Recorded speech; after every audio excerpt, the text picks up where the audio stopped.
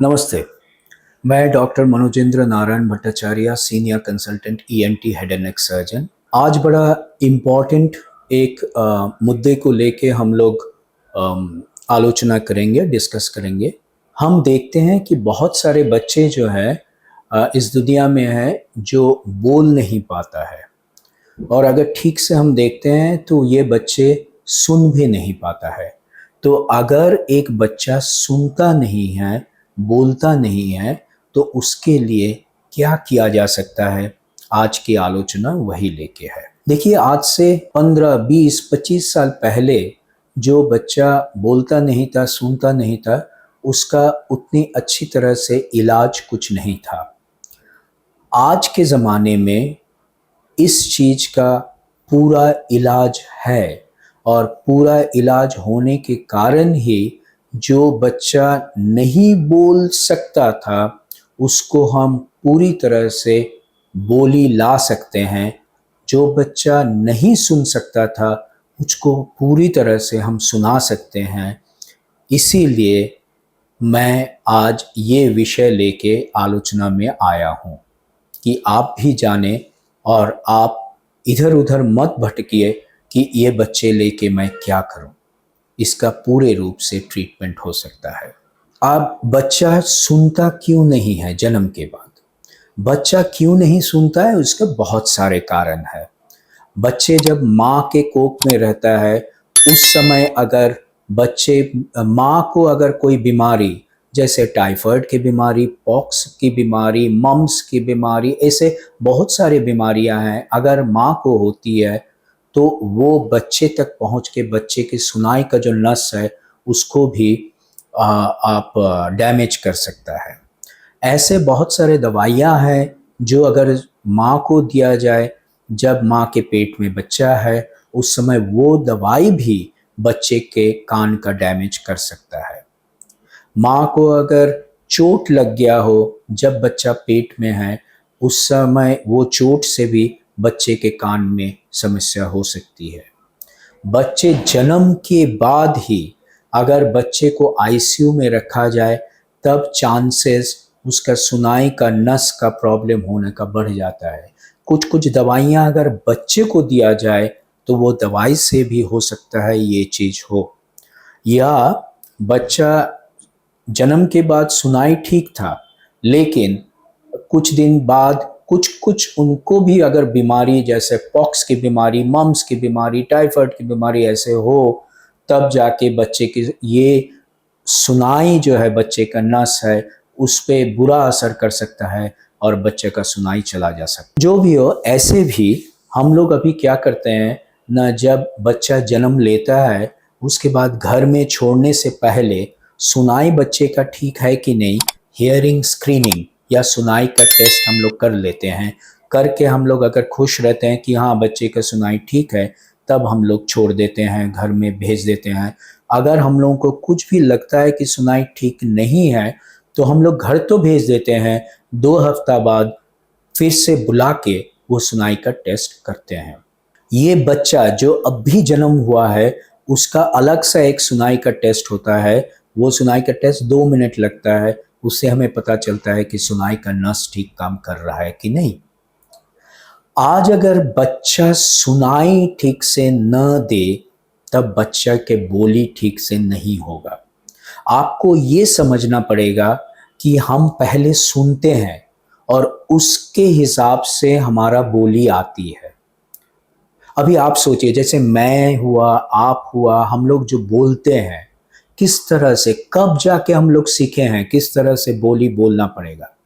तो इसके लिए हम लोग एक चीज को बार बार सुने थे।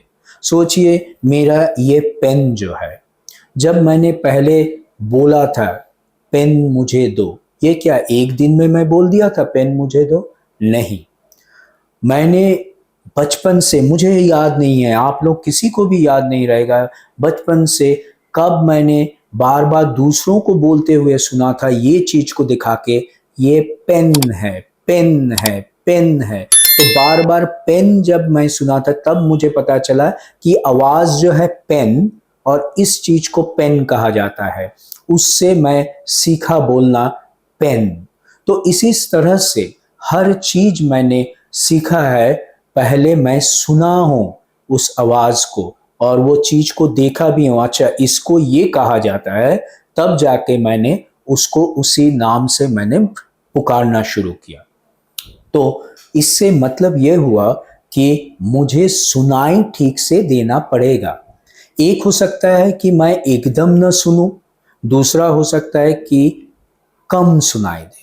अगर कम सुनाई देता है किसी बच्चे को जन्म के बाद, तो जिस तरह से वो सुनता है उसका बोली भी उस तरह से होगा। मुझे पता नहीं, अगर एक बच्चे को कम सुनाई देता है और वो पेन को अगर इस तरह से सुनता है कम सुनाई के लिए, तो वो इसको पेन नहीं बोलेगा, वो इसको इस तरह से ही आवाज करेगा। तो इसके लिए उन बच्चों को भी सुनाई, ठीक ठाक सुनाई देना या दिलवाना हमारा कर्तव्य है, नहीं तो इसकी बोली ठीक नहीं होगी। तो इन बच्चों को हियरिंग एड दिया जाता है जो कम सुनता है। कितना उनका हियरिंग कम है, इस हिसाब से हियरिंग एड दिया जाता है और हियरिंग एड से उसका सुनाई ठीक होता है और उस सुनाई के ऊपर निर्भर करके उसका बोली उसको ठीक होता है। जो बच्चा एकदम नहीं सुनता है उसके लिए जो है आर्टिफिशियल या कृत्रिम नस जिसको कहते हैं, आर्टिफिशियल जो नस है सुनाई का, ये मिलता है। ये आज से 15, 20, 25 साल पहले ये नहीं था, लेकिन अभी ये कृत्रिम नस जो है ये मिलता है। ये सर्जरी करके कान के एकदम अंदर वो ब्रेन तक वो नस को लगा दिया जाता है और वो बच्चा फिर से सुनाई देना शुरू करता है। जो बच्चा एकदम नहीं सुनता था वो बच्चा अभी सुनाई देना शुरू करता है और एक बार सुनाई देना शुरू करने से वो बच्चे के बोली आस्ते आस्ते आस्ते आस्ते आ जाती है। लेकिन एक चीज यहाँ पर बोलने का है कि आप अगर सोचिए एक 15 साल का बच्चा जो बचपन से नहीं सुना था, उसको अगर ये चीज करना चाहते हैं तो वो फायदामंद नहीं होगा। हम लोग कहते हैं कि जो बच्चा बचपन से नहीं सुनता है, जितना जल्दी हो सके ये नस जो है जिसको हम लोग कॉक्लियर इम्प्लांट बोलते हैं, ये सर्जरी करवाया जाए। 2 साल, 3 साल, 4 साल की उम्र में अगर करते हैं तो उसका जो रिजल्ट होता है, अगर हम 8-9 साल की उम्र में करते हैं तो उतना अच्छा रिजल्ट नहीं होता है और 9-10 साल की उम्र के बाद और फायदा कुछ नहीं होता है। तो हम लोग एक कट ऑफ, एक मार्क कर देते हैं कि 5 साल के पहले करवा लेने से बहुत अच्छा रिजल्ट होती है, या तो 5 साल के आसपास अगर करवा लेते हैं, लेकिन उम्र हो जाने से इससे उतना फायदा नहीं होता है। जो भी हो, ये आपको बोलना था कि अगर कोई बच्चा कम सुनता है या न सुनता है तो उसका बोली में कोई बदलावट आती है या वो बोल नहीं पाता है। जिस हिसाब से उसका सुनाई का प्रॉब्लम है उस हिसाब से पहला सुनाई को ठीक करना ज़रूरत है। अगर कम सुनता है तो उस हिसाब से हियरिंग एड देना पड़ता है ताकि उसका सुनाई ठीक हो। अगर सुनाई ठीक होती है तो स्पीच थेरेपी देने के बाद वो बच्चा ठीक बोली बोल सकता है। और जो बच्चा एकदम नहीं सुनता है उसको कॉक्लियर इम्प्लांट सर्जरी करने से, नए सिरे से नस ऑपरेशन करके बैठाने से वो फिर से सुनाई देता है उस बच्चे को, और एक बार सुनाई देने से वो बच्चा बोलना भी सीख जाता है। लेकिन एक ही चीज़ है कि जितना जल्दी हो सके ये ट्रीटमेंट करवा लेना ज़रूरत है, क्योंकि एक उम्र के बाद जितना भी कोशिश किया जाए और सक्सेसफुल ट्रीटमेंट नहीं होती है।